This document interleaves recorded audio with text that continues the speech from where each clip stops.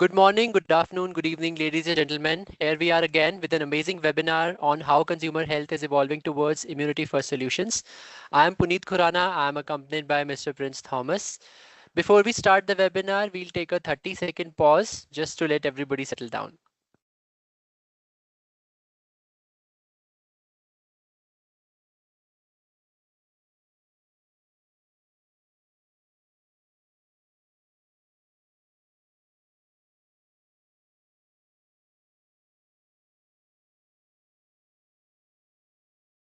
Thank you again, ladies and gentlemen. We welcome you again to this amazing webinar by FutureBridge on evolving trends towards immunity.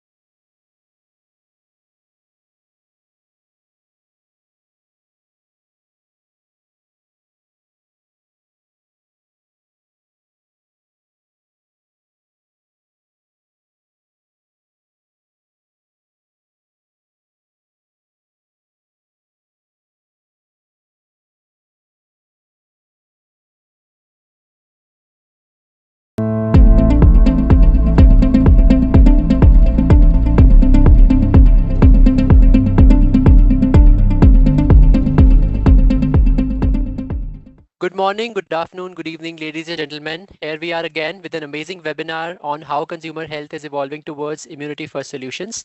I am Puneet Khurana. I am accompanied by Mr. Prince Thomas. Before we start the webinar, we'll take a 30-second pause just to let everybody settle down.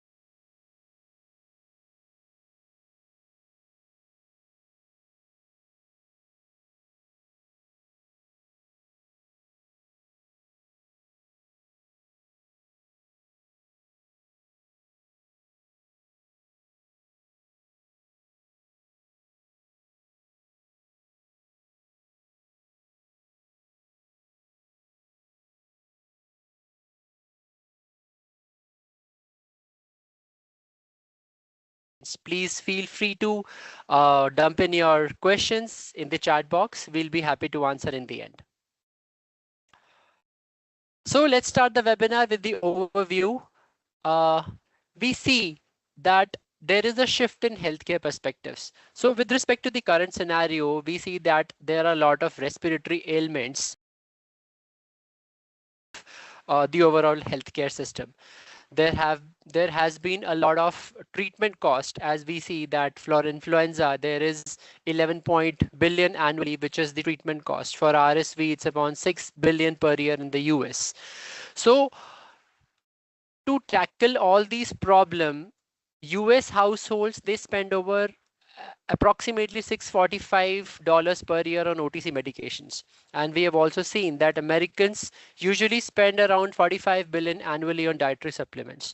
The aim of using these dietary supplements to have a more proactive approach and to be more preventive in their nature rather than treating a disease. So the shift that we see today is becoming more preventive and more proactive. Yes, this is the slide where we see that previously there was a reactive wellness. Traditionally, healthcare was focused upon treating a diseases, but now it's becoming more proactive. It's focusing on preventing a disease, maintaining optimal health, and enhancing overall well-being.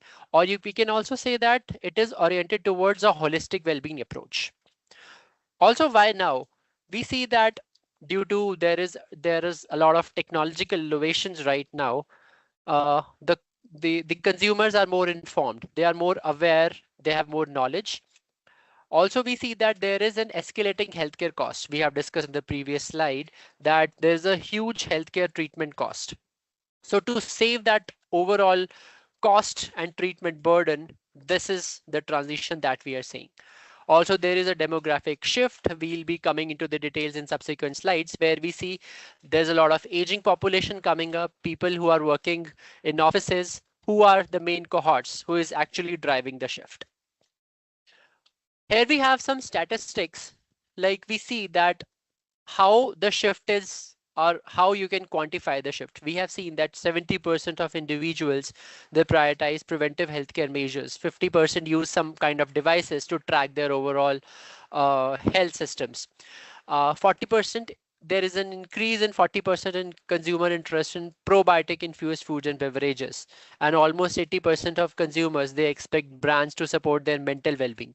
So the shift is not only towards, making your body healthy, but it is, again, we see that the shift is oriented towards an holistic approach. Having a deeper insight into the consumer scenario, what today consumers are looking at. When we see, Prince, can we go to the next slide?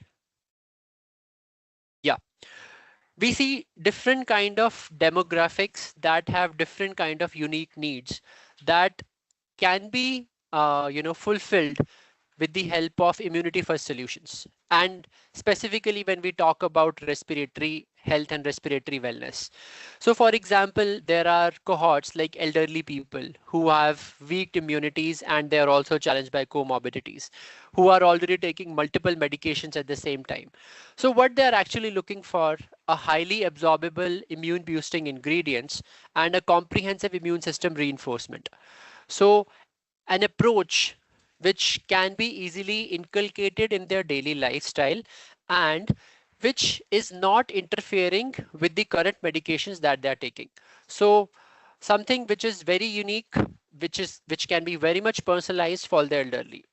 Similarly goes for children who have got frequent infections, caregivers or the sandwich generation, athletes who are looking for optimized nutrition and proactive immune support, which can be quickly absorbed due to their rigorous and active lifestyle.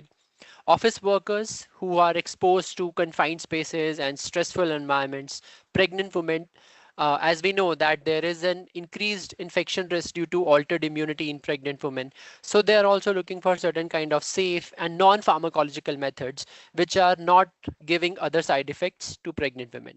Similarly goes with people with allergies and asthma and not leaving the frontline workers. So these are all certain kind of demographics that we cover who are actually looking for certain kind of personalized solutions or solutions where they can prioritize their immunity first.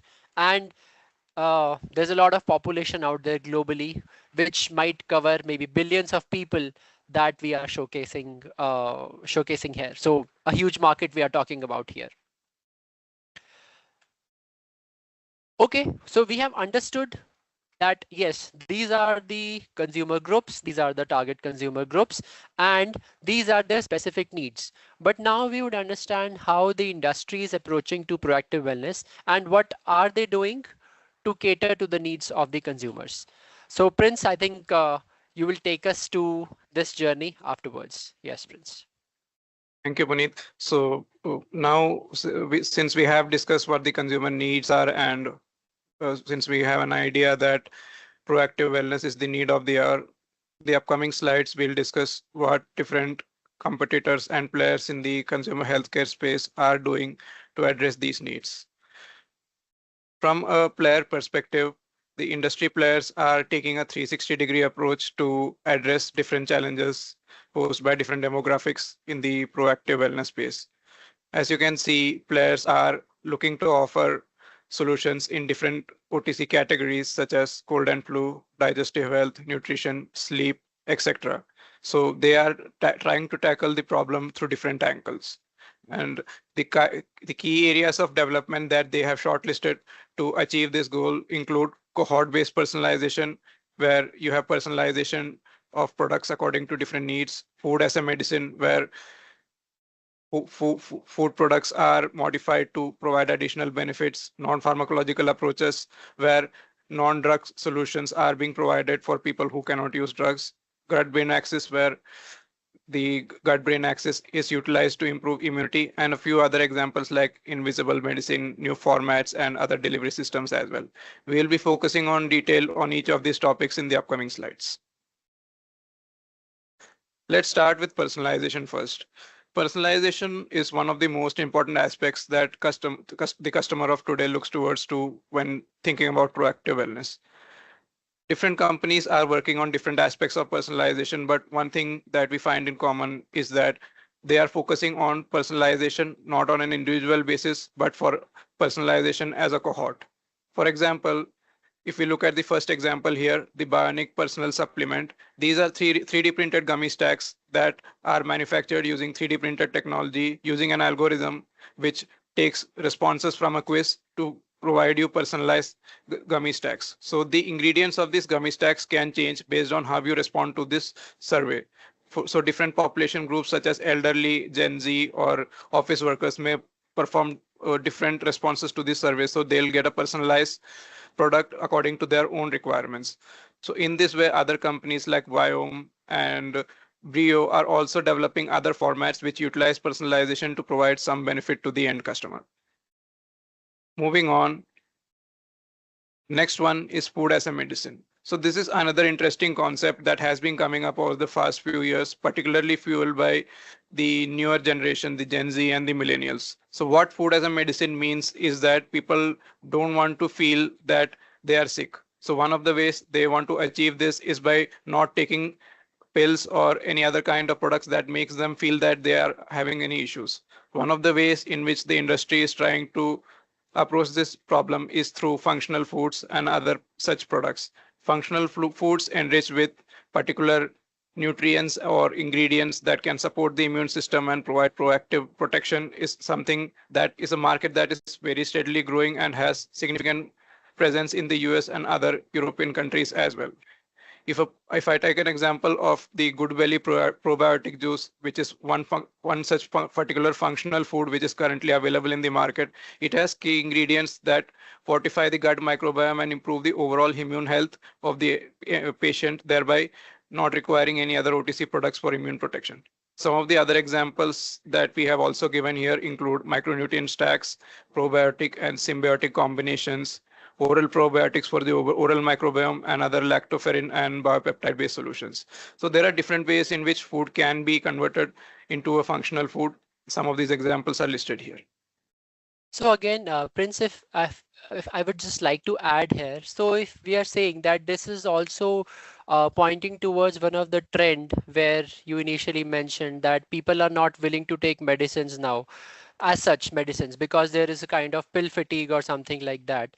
So Yeah. they are actually looking for a trend where there is a regular intake of certain kind of nutrients or certain things, or maybe some kind of immunity booster ingredients into their daily food, so that they are not feeling as if they are taking a medicine, but a food as if serving as an immunity booster ingredient for them. Yeah, there are several approaches to the pill fatigue problem as well. As you mentioned, functional food is one such approach. We'll also discuss how new formats and delivery systems are also addressing this challenge in the upcoming slides. Okay, let's go ahead. Moving on, the next main topic which needs to be addressed is non-pharmacological solutions. So currently, the solutions that are available in the market for proactive wellness solutions, or even if it's a general cold and flu products, these are OTC products that contain APIs and other ingredients which react with the body and produce a result. So the challenge with such solutions currently is that some of the populations or demographics that we have discussed previously, like the elderly, so they do not have an intact immune system or an intact digestive tract. They have certain issues and they have certain imbalances, which makes it difficult for them to absorb, digest, or even sometimes consume these kind of medications. It could be due to a comorbidity, it could be due to other medications they are taking. So there is always a risk that these people need some alternate forms of treatment that are non-pharmacological. One of the most perfect examples of these, which is currently available in the market, is that of mucosal defense enhancers. These are nothing but sprays that can be used in the nasal or oral cavity uh, that create a film in the mucus or oral cavity that provides protection against pathogen, so they can't come in contact with the mucosal or oral cavity. So these contains mostly ingredients like carrageenan, which are known as natural ingredients which have barrier forming properties, and they shield the body against different kinds of infections. Other than these kind of innovations, we also have digital innovations like neuroadaptive sleep wearables and digital tools such as Cuff Pro, which do real-time monitoring to provide real-time updates on the health of a person. So these are some things that are also being worked upon. Next part is new formats. So like Puneet was mentioning, pill fatigue is one of the common trends that we see across different population groups. So one of the main innovations that the industry has developed to overcome this is new formats for different demographics. So earlier new formats were only for the elderly or the children who had difficulty in swallowing or taking medicine, or they didn't like medicine. So they had to come up with new formats to overcome this issue. But now different formats are available for different age groups and demographics based on different needs. So one of the examples that I would like to highlight is that of emergency crystals. So these are crystal form products which dissolve in the mouth and have increased bioavailability and have better compliance and portability. So new formats like these and other formats such as mushroom-based sleep aids and enzyme-based digestive optimizers, they are being developed to address different unmet needs of different target demographics and address them in a convenient way. And finally, we have delivery systems. So this is I would say, the most worked upon topic in the industry at present. People are trying to come up with new and enhanced delivery systems so that more people are able to absorb the drugs efficiently. Since most of the products in the OTC space are consumed orally and they are absorbed by the body systemically, we need to come up with delivery systems that can ensure that these drugs survive in the digestive tract long enough so that they are absorbed by the body. In certain demographics, such as the elderly, where the acidic content of the stomachs increases with age, there is a high probability that normal drugs that we take for cold and flu, they won't survive long enough for it to be absorbed by the body. So we can have technologies like liposomal encapsulation or nano in an emulsified formulation, which would ensure that these drugs last long enough in the body so that they are absorbed and they provide the targeted relief that is claimed. Other examples of delivery systems we have also observed include Seed DS1 by Biocap and Activa probiotic dialysis. So these are again formats which are using new delivery systems. So, Prince, just to add on here, so delivery systems, so it is not only with respect to body, but we can also say that there are a lot of delivery systems we have seen for probiotics as well. So again, we probiotics, which are live bacteria or the spores, which are often prone to degradation in the acidic environment. So our targeted delivery system so that they are reaching the proper site in the GIT, they are also, I think, very important. Can you comment on that as well? Yes, as I mentioned previously, the players are approaching treatment and proactive wellness through a 360-degree scope. So one of the categories that we saw previously in one of the previous slides was also on digestive health. So probiotics are, and this has always been a challenge with probiotics, that how do you deliver probiotics and get them where they need to be in a safe and timely manner. So some of these delivery systems are being developed so that these probiotics could survive long enough in the digestive tract, and they are also developing alternate formats such as the non-systemic formats such as sprays, where you have nasal or oral sprays for the oral microbiome. So different formats are also being developed for the same thing. So different options are there for probiotics as well. Yeah, thank you. Moving on, let's take a look at what the future outlook of the proactive wellness industry looks like. So from a wellness perspective, as we have seen previously, the consumer sentiment is moving from a reactive to a proactive image. So people are looking for more broad immune boosting supplements, and they want a more dynamic defense rather than a static one where they feel safe and protected wherever they go, and they want wellness that moves beyond general support to precise shielding. So again, the personalization aspect. From a technology evolution perspective, players are leveraging new technologies such as AI and other digitalization tools to cater to demographics based on risk factor, and also they are developing new kind of delivery systems like oral films and nasal balms, which address current unmet needs of existing demographics. From a consumer perspective, consumers are seeking more accessible, convenient, and invisible medicine that offers highly effective personalized protection. They want a solution that they can seamlessly integrate into their existing lifestyle without feeling the need to take additional medication or any other kind of intervention. So that's it from the future outlook part. Now let's move on to the question and answers part. Yes, so we have got some questions, Prince, on the chat, but I think due to looking at the time constraint we have, maybe we can have a couple of questions. So the first question is, we have talked about uh, probiotics and digestive health supplements. So how digestive supplements are helping in improving proactive respiratory health? This is the first So question. So one thing we know that is that the human body is home to the millions of bacteria that naturally exist normally in our body. It's known as the gut microbiome. So the gut microbiome has an undeniable link to the immune system as well. In some populations, maybe due to lifestyle or age or any other factors, this microbiome balance is disturbed, and as a result, immunity in a roundabout way is also affected. So if we can have personalized solution that address this microbiome disbalance for different kinds of population, then we can ensure that from from a microbiome perspective, you are immunologically shielded against any kind of infections. So that is one way of looking at it. Okay, and also just to add on to that, we are not only talking about the microbiome which are in the GIT on the intestines and the stomach and all, but we are also talking about the microbiome which are present in the oral cavity, also in the upper area of the larynx and pharynx and the windpipe. So there are also microbiome which play a vital role in maintaining a good immune system, and that suppresses the growth of harmful bacteria in that region, again linked to the to the respiratory wellness and respiratory uh, being more immunity in the respiratory area. Yeah, absolutely.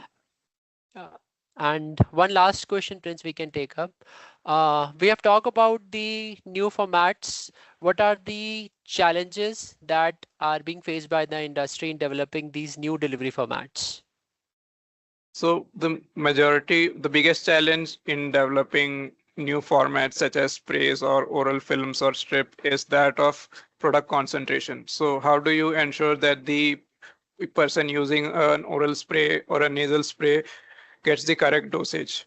When you are taking a pill, you know what quantity of drug you are getting, but from a spray or any other kind of formats that is locally delivered, it's quite difficult either to ensure the correct dosage or to ensure that you can load the correct dosage onto the formats itself. So oral films and oral strips have these kind of limitations. So companies are currently working to overcome these challenges using new materials, and we can expect to see new products with solutions with these challenges addressed in the future as well.